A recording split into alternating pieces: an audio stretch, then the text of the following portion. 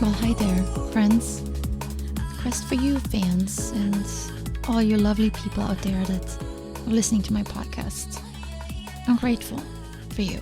I'm grateful for your time. I really am.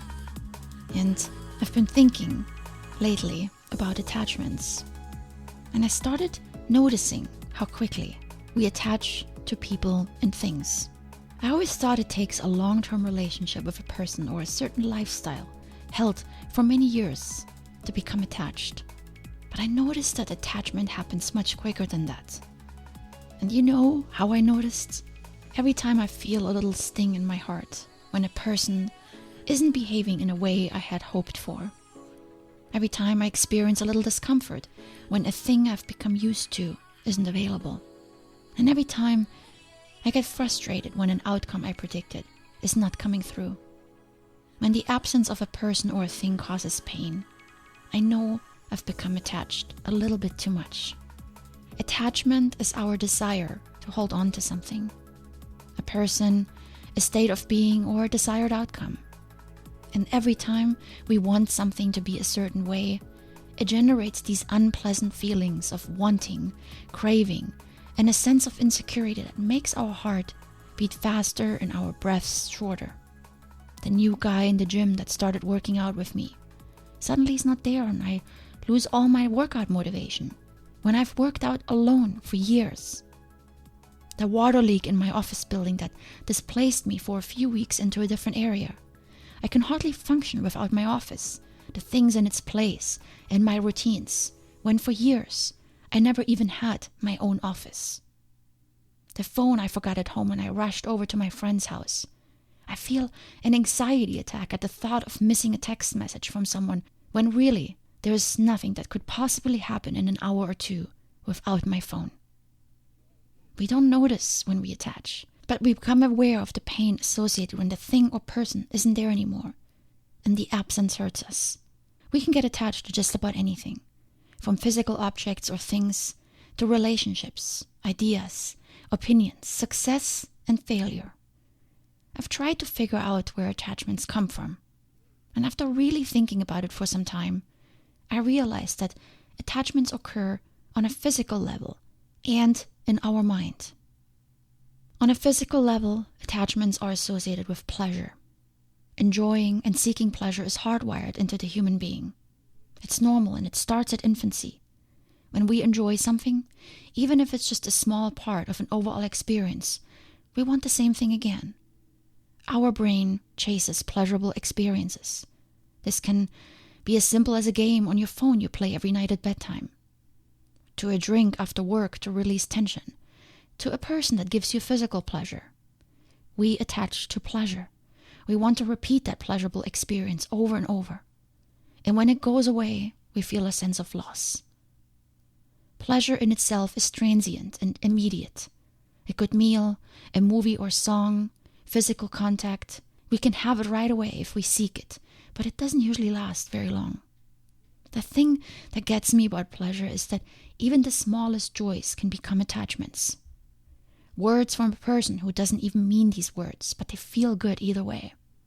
The text messages from a friend every evening, even if annoying sometimes, can become something we get used to and crave when they suddenly don't come anymore. Pleasure is short-term happiness, and some people get caught up in hopping from one small shot of pleasure to another. Deeper fulfillment and happiness, however, come from being able to forego some of this immediate gratification and waiting for a longer-term goal to be accomplished. This can be hard because we like our immediate gratifications. We attach to them. We can definitely have both, but it's a constant give and take. On a mental level, attachments originate with our thoughts. We build mental models of the way things should be based on our beliefs, experiences, and perceptions. These are the outcomes we wish to see, the behaviors in others we hope to observe. These are mental models we create in our minds, and when they don't play out as we wish, we suffer. We can call them illusions or fantasies. And illusions lead to expectations. Don't confuse them with dreams. You should dream and wish for the accomplishment of your goals. The problem with illusions is that there are often unrealistic expectations of others, like a movie with various actors that we play out in our head, when every character behaves in a certain way according to our script. Illusions are made-up content that is beyond our control. They are our editorial of how an event should play out. He should be calling or texting today to check in with me because that is what seems reasonable to me. May not seem reasonable to the other person, but since it's my illusion, it creates a sense of expectations. And when the expectation is not met, there goes the sting again. He didn't call or text. And unmet expectations lead to pain. We attach a certain hope to something and feel let down when it doesn't play out. And it usually involves something outside of us, a person, an event, or a situation. Planners and controllers know exactly what I'm talking about. We cannot leave things to chance, so we plan and schedule and don't even recognize that our planning oversteps boundaries. We count on people to behave in a certain way so that our plans work out. And when they don't, we get frustrated. All this happens in our head, and often unmet expectations lead to negative thoughts. You heard my previous episode on this topic. As I analyzed on my own experiences in more detail, I realized this very fact. It's often that when we don't get something that we hope for, that we become negative. So what to do? Well, it's unfeasible to expect we can get completely rid of our attachments. And very selfishly, I have to say that it's good to have things that we feel drawn to and enjoy. However, it becomes problematic when these desires limit us by causing us pain and restricting our freedom. When we cannot move on with our day because someone doesn't text back. When we get in a bad mood because we cannot have something we set our mind on. When we're unable to move on with life because our identity is threatened, maybe by a financial crisis or job loss.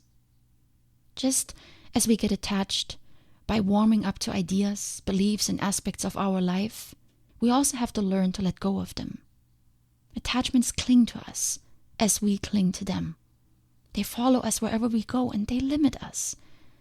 They bring with them a bitter aftertaste that life cannot move forward without the person or thing we desire. And this is the difference between being attached to something over simply enjoying something when it presents itself. I'm happy when someone gives me a compliment, but I don't need it to have a good day. But if someone tells me that we will do something on Saturday and then I never hear from that person again, I do feel that sting in my heart. I have attached to an outcome based on a few words by a person. So what should we do? If we cannot completely avoid attachments, can we at least avoid the suffering that comes with them? I believe we can. I've played around with this a little bit in the last few days. For a reason. I had my mind set on a few things that didn't come through, leading to disappointment. So when you have moments like that, when you notice that you cannot move forward, you're stuck on something, while the world around you is so beautiful and everything else is seemingly okay, just not you, then try this. Trade expectations for appreciations. Find a point outside of your little world that you're spinning around in, and do so by appreciating what is. Frantically hoping for something that isn't happening keeps you locked in.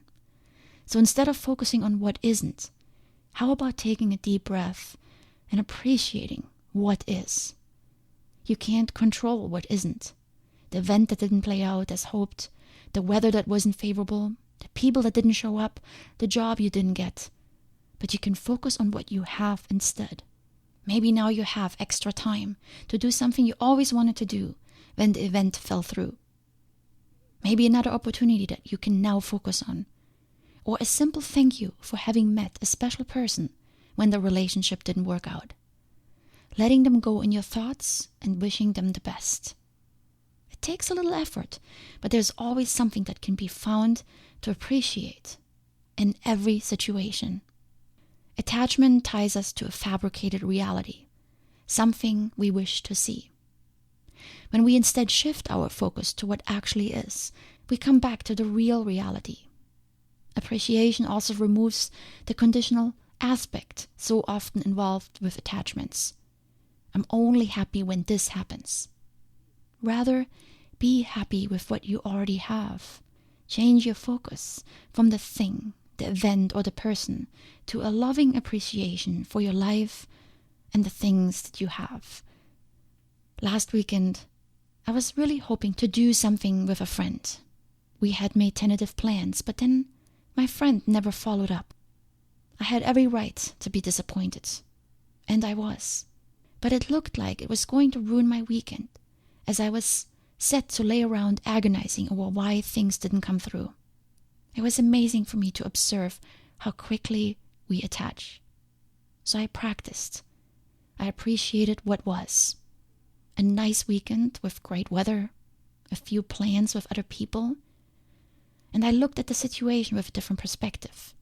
Instead of something that didn't come through the way I hoped, I appreciated my friend for who he was. Not as I wanted to see him, because that caused me pain, because it didn't meet my criteria, but simply for who he is. The things I enjoy about him, the opportunity to have him as a friend. And yes, a little bittersweet because he's not the person I wanted him to be. But that doesn't mean this can't change. But by letting go of the expectations, it helped me find back to myself. Instead of clawing to an idea, I let go of the thought that something had to happen that weekend, that it had to go a certain way. And with that, I opened up my weekend to experience new and exciting things. And I also allowed the friendship with this person to take a different turn. Maybe not the one I was hoping for, but something different. What? I don't know yet. But I don't have an expectation of it anymore. Nor will I be in the driver's seat to plan another outing. I will allow things to unfold as they should. When you detach, you remove the condition you are placing on the other person. You're simply allowing them to be who they are. And you free yourself up to be who you are. Because expectations that go unmet force you into behaviors you really don't enjoy about yourself. Just think about frantic text messages and a bunch of worrying in between when someone who you care for doesn't answer. We all have these examples. Detaching gives freedom, breathing room, and space to be who we are. And I found that I can accomplish this through appreciation. Appreciation is loving what is, with no expectation on what has to be. The great thing about appreciation, it allows light to shine in. Your thoughts become clearer. Suddenly there's an acknowledgement for the other person as a human being.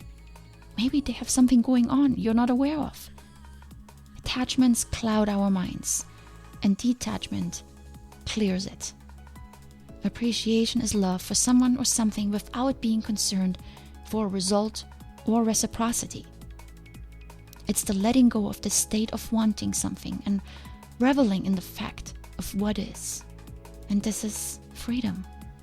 So for today, maybe think of something or someone you're attached to and see how you might help yourself and the other person by letting go a little and going just with the flow, especially if these are things you cannot control. Free up your energy to focus elsewhere, relax, and enjoy your time, and let the rest unfold. Ending with a quote from Lao Tzu. Can you step back from your own mind and thus understand all things? Giving birth and nourishing, having without possessing, acting with no expectations, leading and not trying to control. This is the supreme virtue. Much love, my friends.